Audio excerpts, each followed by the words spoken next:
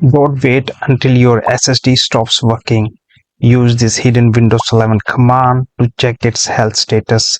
So step number 1, press the Windows plus R key together.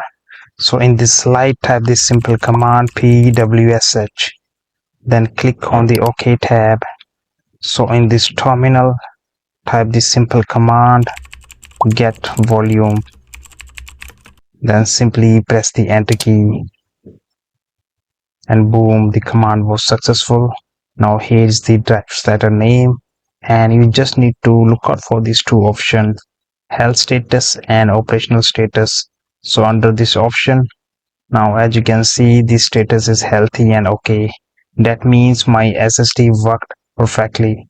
But wait, if this tutorial helps you, do not forget to like, comment, share and follow my channel. Thanks for watching.